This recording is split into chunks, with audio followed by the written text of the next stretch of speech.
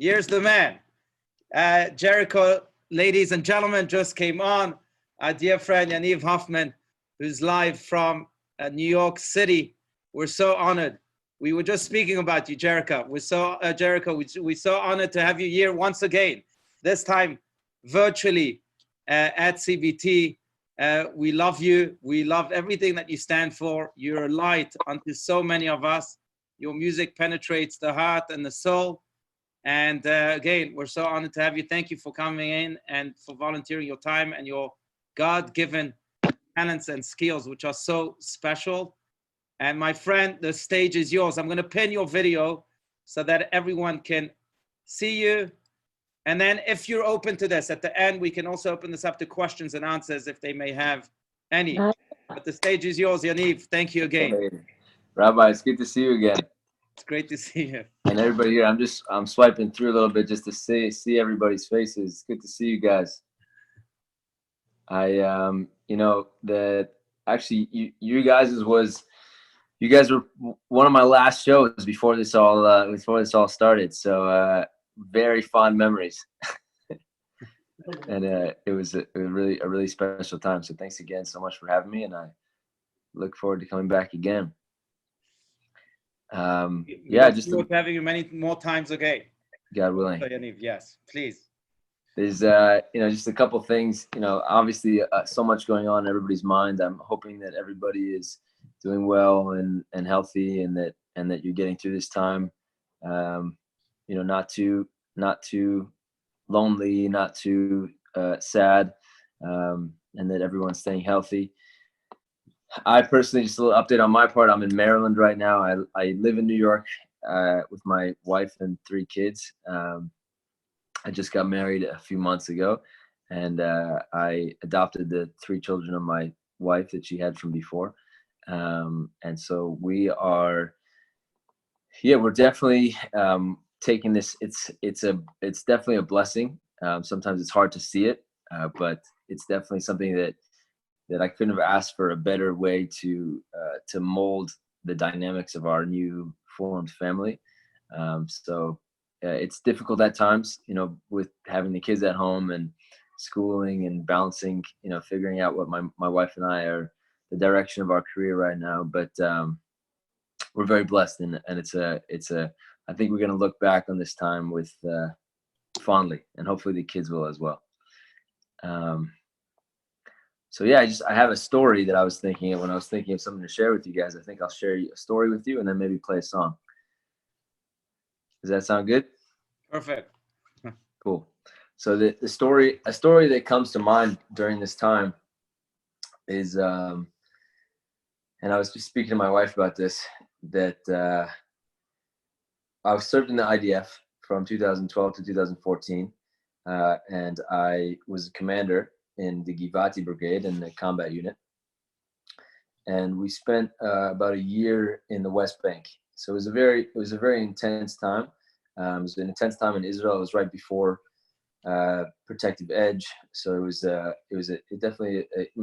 always kind of a heated time, but this was a particularly intense time.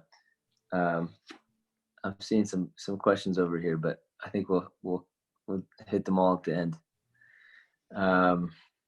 So I was in the West Bank, and I was a commander, and that experience in general was a very transformative experience, and one that I tap into a lot when I'm like learning all these lessons from fatherhood and realizing that parenthood requires a lot of leadership skills, which is something that I never really was able to understand before I became a parent. That parenthood requires leadership, and so I'm definitely pulling from some of my experiences. And so this one moment that I think back to, that I'll paint a picture for you guys. We would go on missions a couple times a week, and we would go into the West Bank, and we'd go on arrest missions for suspicious activity or known terrorism, and so we would go into these missions, and this is something that's happened. This is a routine thing that happens every night in the West Bank from different units. And so when you go in, you have intel on, terrorist activity, and you go in the middle of the night at 3 o'clock in the morning, and hopefully you go in and you can do what you need to do and take someone out and bring them into custody. But oftentimes what happens is that you're welcomed with an excited welcoming committee of people throwing stones and really whatever they could find. We've had like microwaves thrown at us from buildings, things on Molotov cocktails, things on fire, and that's a very common interaction in the West Bank between the IDF and the Palestinians. So when that happens, something that we need to do as soldiers is to figure out where it's coming from, where the source of it is, where the source of the counter activity is coming from. And so what we do is something is in Hebrew called litfos gova, which means to get height on the situation.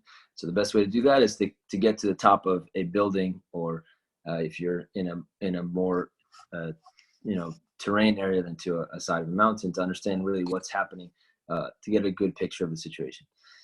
So we turn a corner when on our way to a mission, and we get ambushed. There's a row of trash cans on fire that's blocking our 2 jeeps from going through. And so we exit the vehicle. It's me with my soldiers. I had about 4 or 5 soldiers with me, and then another commander and his 5 soldiers, and we start walking on foot. And we're going through the alleyways, and we, I identify one tall building, he identifies another tall building, and we split up with our soldiers. He goes to that one, I go to this one. And so we come to the building, and we open I see that, I can tell that it's abandoned. So it seems, it looks abandoned. And I open, the front door is ajar, open the front door, and I see that there's a staircase across the room. And I realize that that's where I have to get to in order to get to the top of the building. And so my soldiers are following behind me. We walk along the side of the wall, and make a right along this wall, left along this wall, getting to the staircase, and there's a hallway that is in between us and the staircase.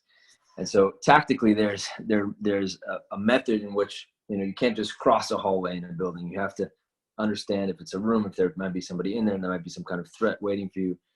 And so if you're in a dark room or in a pitch black room, and you're not supposed to be using your flashlight very often, but you have one at the front of your gun. And so I came to, my flashlight was working properly, and I came to the corner about to turn to see what was in the hallway as I was crossing to get to the stairs. And I go for my flashlight, and I click it, and it doesn't work. Not turning on. And it's pitch black, and we're in an abandoned building in the West Bank. We have to get to the top of it. And I have this moment of total, freak out in my mind.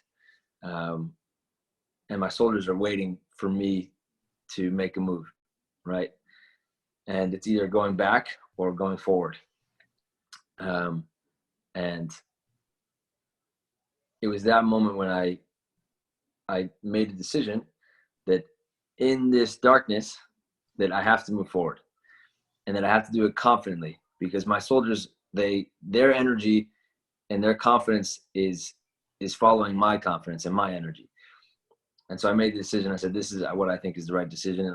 And I crossed the hallway confidently. And we made our way up 4 flights of stairs in a very dark building. And thank God we made it to the top of the building. And the second we saw that the moonlight and the street lights from the top, we felt much more confident, and we were able to assess the situation and figured out, what was going on. And I did that. I did get hit by a rock right when we got to the top of the building. But we were able to take control of the situation, and we got out of there. So the reason that story comes to mind is because I think it's something that we're all faced with in life at certain times.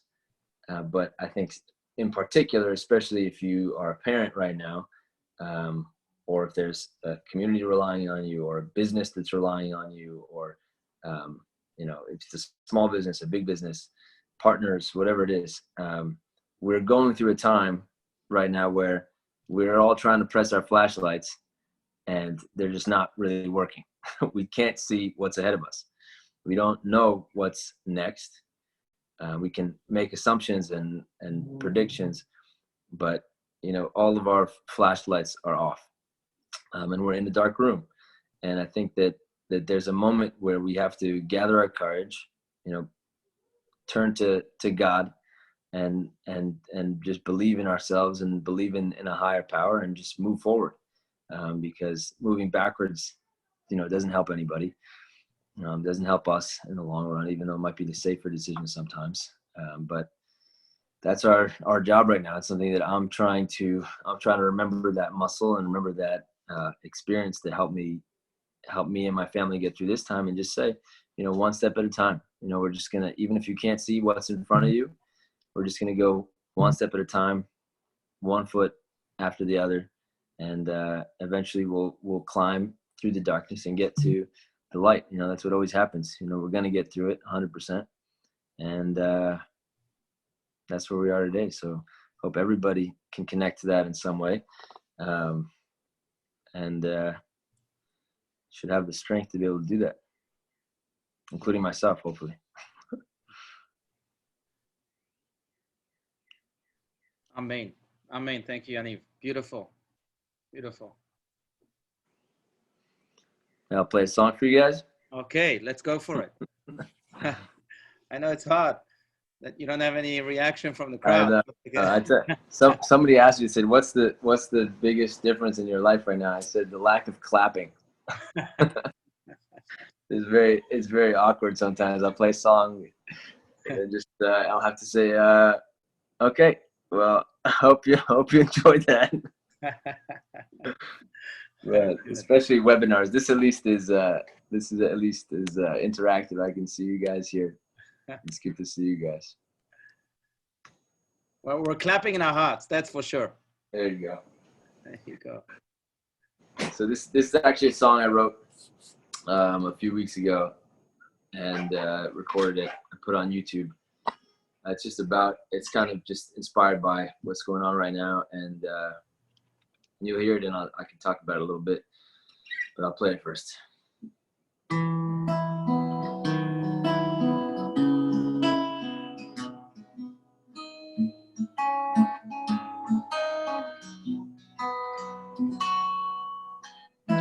Say goodbye to what you know. We're all sitting here at home, thinking about the times that we would sit together.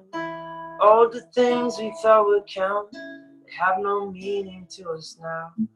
All we got is who we have inside our homes.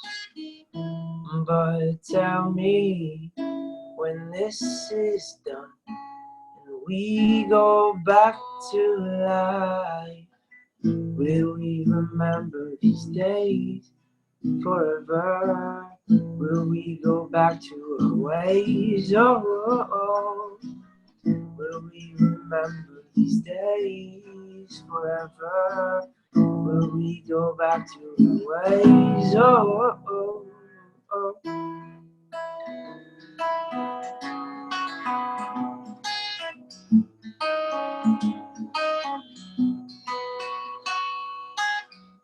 So let's try our best to keep a smile. I know it's been a little while.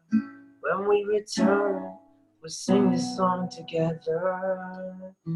Oh, oh, oh, oh, oh,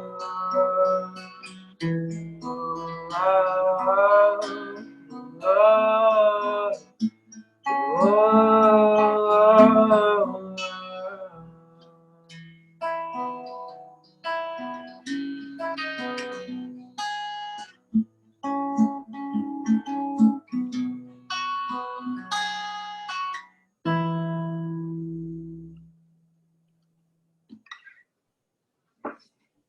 Beautiful.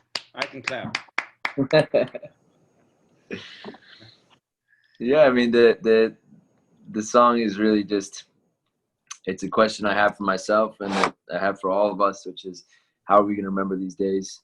And you know, we're learning a lot during this time about ourselves and about our families, and you know what, a lot of people talk to me about, you know, realizing like how little time they spent with their family and how things they need to prioritize more. So that's the chorus is, will we remember these days forever, or will we go back to our ways? So just something I'm asking myself. Beautiful. Beautiful. Okay. I'm no in position, but maybe one more song, Yaniv, and then we'll open this up to questions. For sure. I know that there's so many fans of yours here, and it would be so nice. Be so nice. Thank you, Yaniv. 100%. My pleasure. My pleasure. That's what I'm here for. This is a song that's, I think I played this for you guys. This is a song, yeah, I did definitely earlier on in the day when I was there. It's a relevant song now because it's about, you know, people that are going through tough times and you know, feeling lonely and you know, anxietal and depressed, and I know that that's only increased in the past month or two. So this is just a shout out to anybody that's feeling this way, or that if you know somebody that's feeling this way. You know, it's almost hard not to right now, but again, there's hope, and we're gonna get out of it.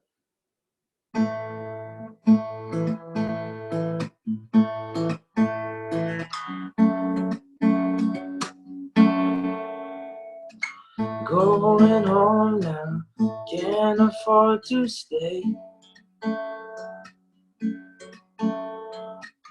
Going home now, what will your mother say? You think that no one understands your pain, but if you call me, I won't play those games.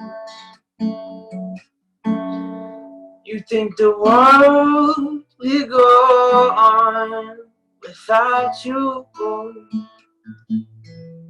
You think the world will go on without you, but you're wrong. Oh, but you're wrong.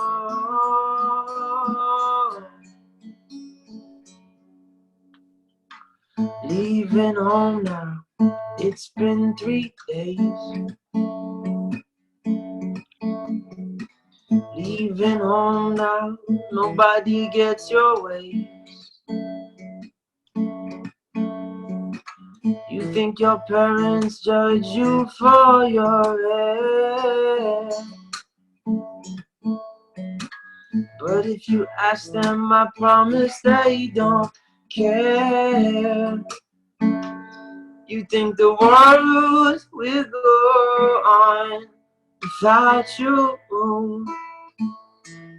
You think the world will go on without you, but you're wrong. Oh, but you're wrong. Oh, did-da.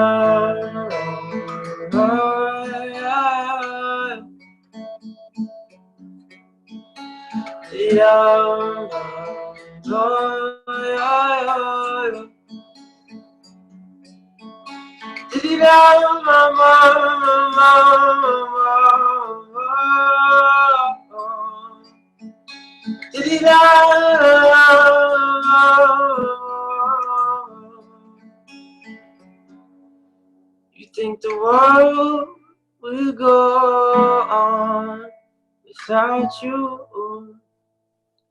You think the world will go on without you, but you're wrong.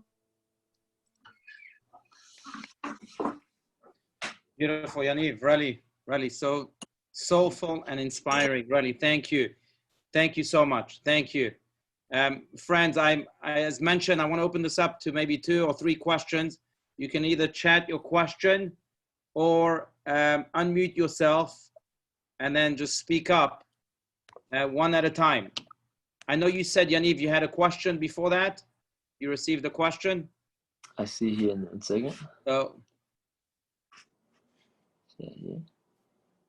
we can start with that. Otherwise, again, feel free to ask any questions. How old are your children? I have an 8-year-old, a 4-year-old, and a 2-year-old. And that's the only one I got in the chat, so feel free. Okay, beautiful. Very nice. Good. Okay, friends, any questions? No one. I guess everyone's so flabbergasted. How are you guys? I mean, how's the community doing? How's what's the vibe over there? I know every state kind of feels it a little bit differently, so I'm curious. Thank God. I mean, thank God. Everyone is okay. You know, facing the same pandemic as everywhere else, but Arizona hasn't been hard that massively. I mean, not at least not as in New York. And I think it's brought us together. Look how beautiful this is. For example, we've come together in ways that we maybe couldn't have fathomed before this pandemic. So there's, like you said, there's blessings in every curse. There's light in every darkness. Rabbi Alush? Yes. So we have a few more questions. Yes. This is Hannah. Go for it. Well, first of all, thank you so much. I saw you when you went down. I truly enjoyed it at the Soul Conference. And you can look at my pictures if you remember me. But anyway, what I wanted,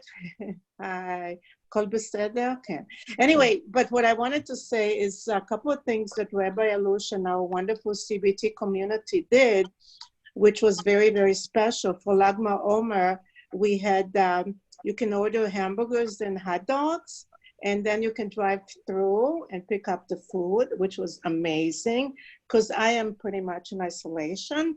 And then the other thing that Rabbi Alush, and then his kids were playing music, we had a juggler, it was great. And the other thing that Rabbi Alush does, which Hannah, these are questions, not about anything about Rabbi Alush. I wanted to hear about this. Okay, no, you said anything you want to say about your community. Okay. Rabbi Alush, you can unmute. No, anyway. Okay. The other thing Rabbi Alush has been doing is he's on Friday afternoons, he's been coming to different homes to wish us Shabbat Shalom. So you asked about what we have been doing, so that's what we've been doing. Okay, thank you so much, Hannah. We've been doing it, so we. Thank you. Okay, we have a few questions here on the chat, Yaniv, if you don't mind. So first and foremost, there's a girl here, the most cute and lovely girl that's been asking. She wants to know, I received this privately, that's why I'm saying this out loud, where you were in the Find You video. South Africa. Ah, in South Africa. You heard that? South Africa. Okay, good. I have she's referring to this music video that I have out. And I went to play a few shows there, and somebody came up to me at one of the shows and said, I'm a filmmaker and I want to make a music video with you while you're here. And so we ended up going on this few-day adventure through the wilderness of South Africa. And it turned out to be a really cool video. So you check that out. That's so nice. Beautiful. Okay. Fantastic. Thank you. Okay. And then you have 2 questions here for everyone. So feel free and need to address them. Of these questions, hold on. Let me go back to the chat for a second. I see here. Is there a single thing that happened in the army that changed your life? And then the other one, I enjoy your music. I'm curious which music artists you follow and that you've influenced. Cool. I'd say it's hard to pinpoint one experience, army experience. The whole thing was really, when you're in it, it's very difficult. And I think like most things that are very difficult, you don't totally realize how they impact you until they're over. It's hard when you're in a challenging situation. It's hard to really understand that you're growing. Same thing with like, exercise and working out. It's like while you're in pain, it's hard to see what the outcome is going to be. But looking back, I think it was really the being responsible for other soldiers that was probably the most impactful on me. That having to take care of a group of young guys who are also just regular young guys. They're going through the same problems as everybody else is in the world, and with their girlfriends and their parents, and that I have to be there for that, and also to lead them into war, essentially. So. Right. Okay, beautiful. And then the second question, I'm just going to read it out loud so that everyone, in case you don't have access to the chat, enjoy your music very much and good to see you again. The question is curious as to which musical artists you followed and that you feel have influenced your music. Influential musical artist, I'm going to go with Rabbi Alush. Oh, sure. Yeah. Well, If that's you a big haven't heard him fact. play piano, No artist. those piano skills are out of this world. Sure, yeah. But before that, I'd say I like a lot of folk artists, people like Jack Johnson and Ben Harper, and Matisyahu was a big influence on me too at younger years, and seeing what can be done with somebody who's in both worlds. I listen to all types of music. Okay, beautiful. Yeah. Maybe one last question. Anyone? One final question. No? Okay. Well, Yaniv, thank you again so much. Awesome. My pleasure. Thank you to all of you for your heart, for your neshama, for your music, for your light. It's really a pleasure. We hope to have you in person very, very soon here at CBT again. Amen. Can't wait. Send our love and our many blessings to your family too. And we should continue to really bind our souls together. Amen. Amen. So good to see you again, Rabbi. Thank you. Much love. Enjoy, everybody. Be well. Thank you. All the best. All the best.